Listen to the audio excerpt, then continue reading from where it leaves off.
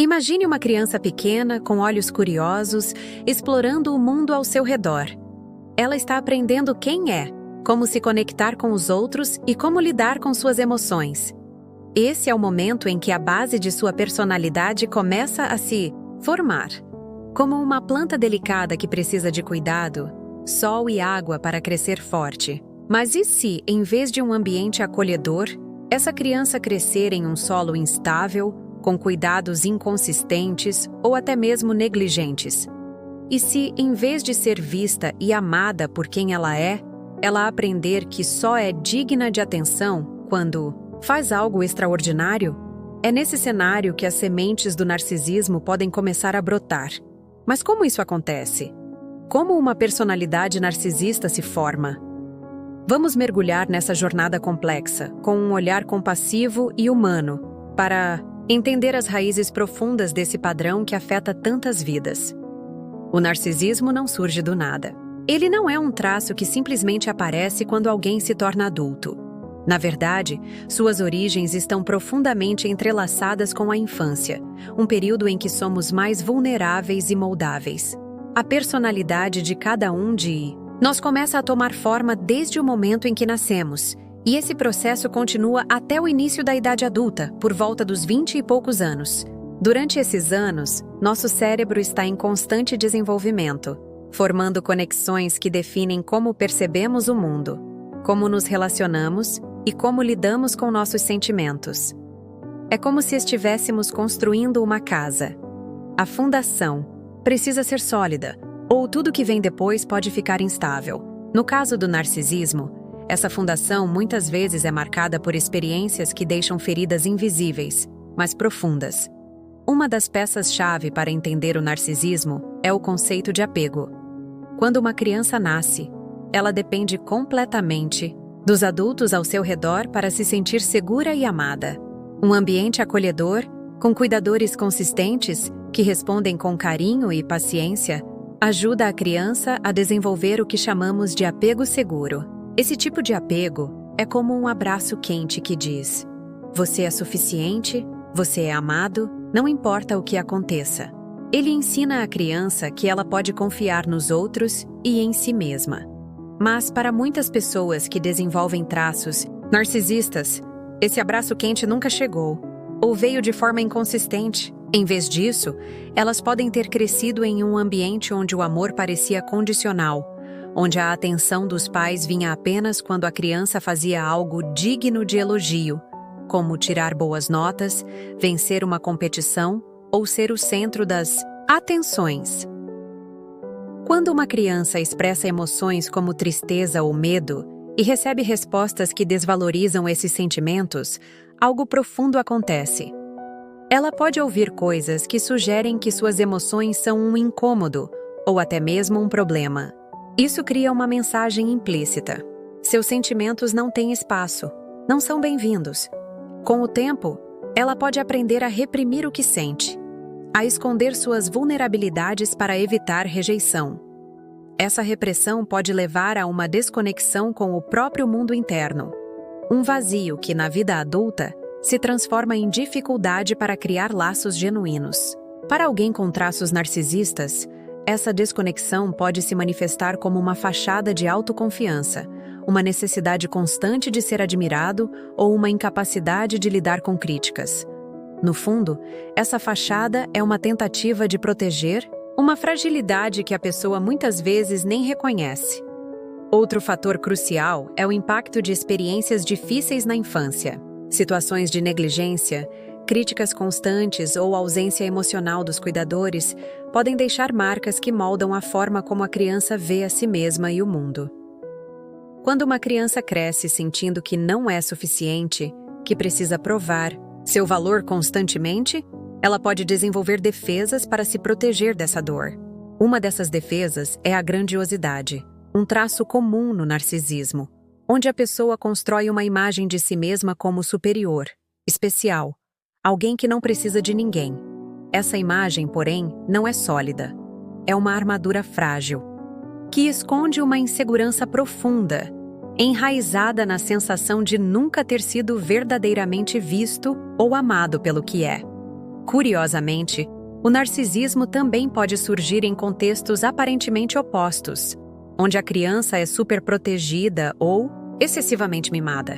Em ambientes onde os cuidadores colocam a criança em um pedestal, elogiando-a sem limites ou protegendo-a de qualquer frustração, ela pode crescer com a crença de que é inerentemente especial, merecedora de tratamento privilegiado. Esse tipo de criação pode atender às necessidades materiais da criança, mas muitas vezes falha em nutrir seu mundo emocional. Sem aprender a lidar com decepções ou a reconhecer o valor de suas emoções, a criança pode entrar na vida adulta, buscando validação externa para preencher esse vazio interno. É como se ela tivesse sido alimentada com doces em vez de uma dieta balanceada. O estômago está cheio, mas a alma permanece faminta. O temperamento também desempenha um papel importante.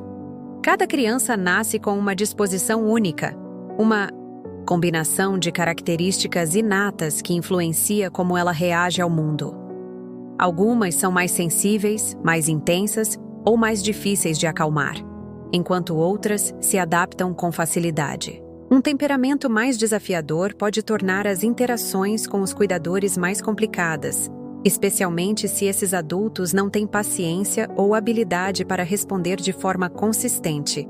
Nesse cenário, a criança pode sentir que precisa chamar atenção de maneiras exageradas para ser notada, plantando as sementes para comportamentos narcisistas.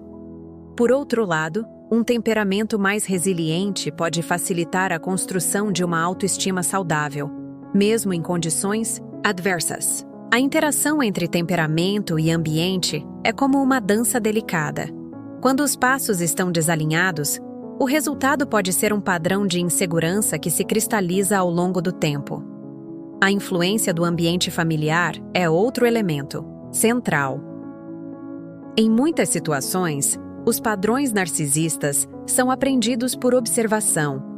Quando uma criança cresce em um lar onde comportamentos como arrogância, necessidade de controle ou reações exageradas são comuns, ela pode absorver essas atitudes como normais.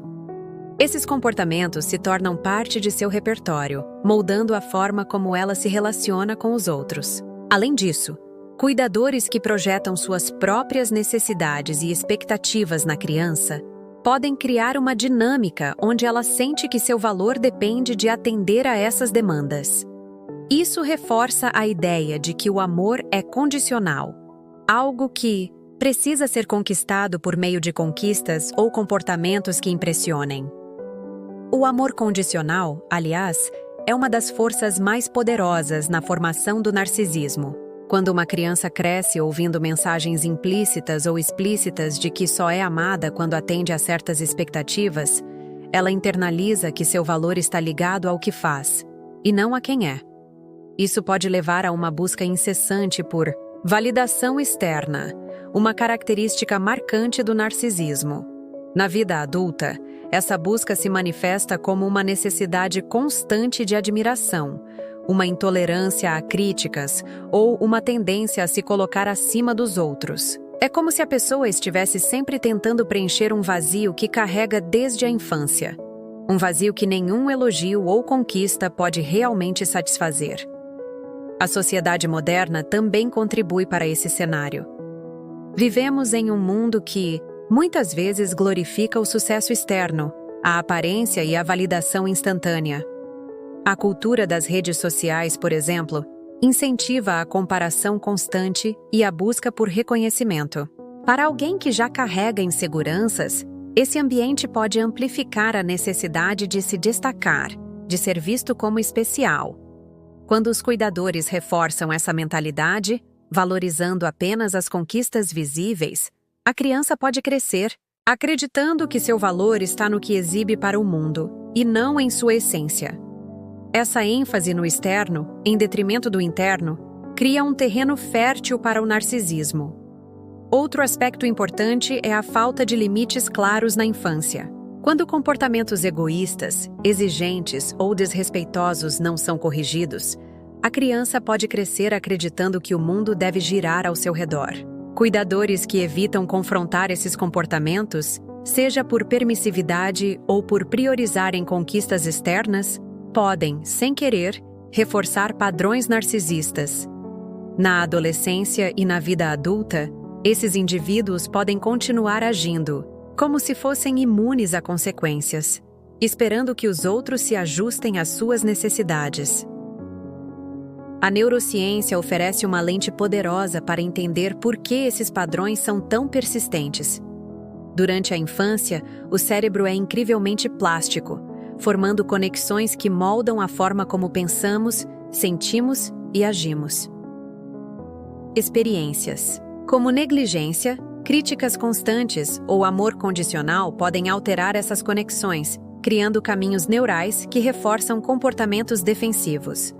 Na vida adulta, esses caminhos estão consolidados, como trilhos que guiam o trem pelo mesmo trajeto de sempre. Isso não significa que a mudança é impossível, mas exige um esforço consciente e, muitas vezes, apoio profissional para redesenhar essas conexões.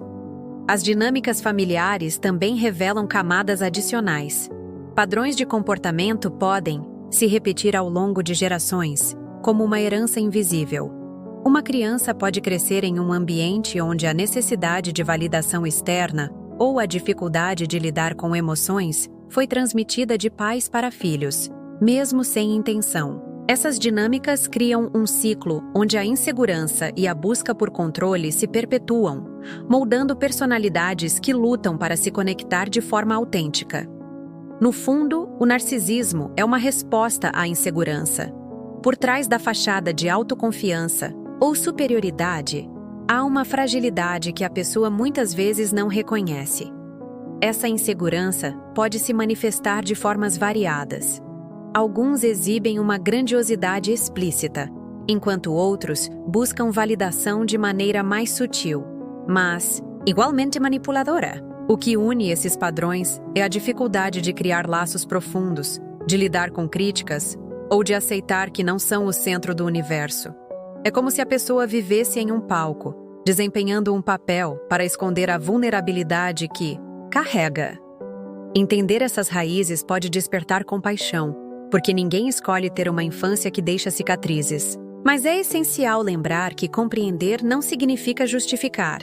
Muitas vezes, ao descobrir que alguém com traços narcisistas teve um passado difícil, surge a vontade de ajudar, de oferecer o amor que faltou. No entanto, mudar esses padrões é um trabalho interno que só a própria pessoa pode iniciar. Ninguém pode carregar esse peso por ela, por mais amoroso que seja o desejo de ajudar. Para quem convive com alguém assim, o desafio é encontrar um equilíbrio entre empatia e proteção. É possível compreender as origens do narcisismo sem se prender a relacionamentos que machucam. Para quem reconhece traços narcisistas em si mesmo, o caminho começa com a autorreflexão, um olhar honesto para dentro, com coragem para enfrentar as próprias feridas. Esse processo pode ser apoiado por práticas que promovam o autoconhecimento, como terapia ou reflexões guiadas. Se este conteúdo trouxe informações relevantes a você, deixe seu like, seu comentário e se inscreva no canal. Isto é muito importante para que o algoritmo identifique este conteúdo como relevante e o entregue a outras pessoas. E para concluirmos, todos nós carregamos marcas do passado. O que diferencia o narcisismo é a forma como essas marcas se transformam em defesas que bloqueiam a conexão verdadeira. Se essas palavras tocam você, seja por vivenciar o narcisismo em alguém próximo ou por reconhecer algo em si, saiba que há caminhos para crescer, para curar, para construir relacionamentos mais autênticos. O primeiro passo é sempre a coragem de olhar para a própria história com verdade e compaixão. Nos vemos no próximo vídeo.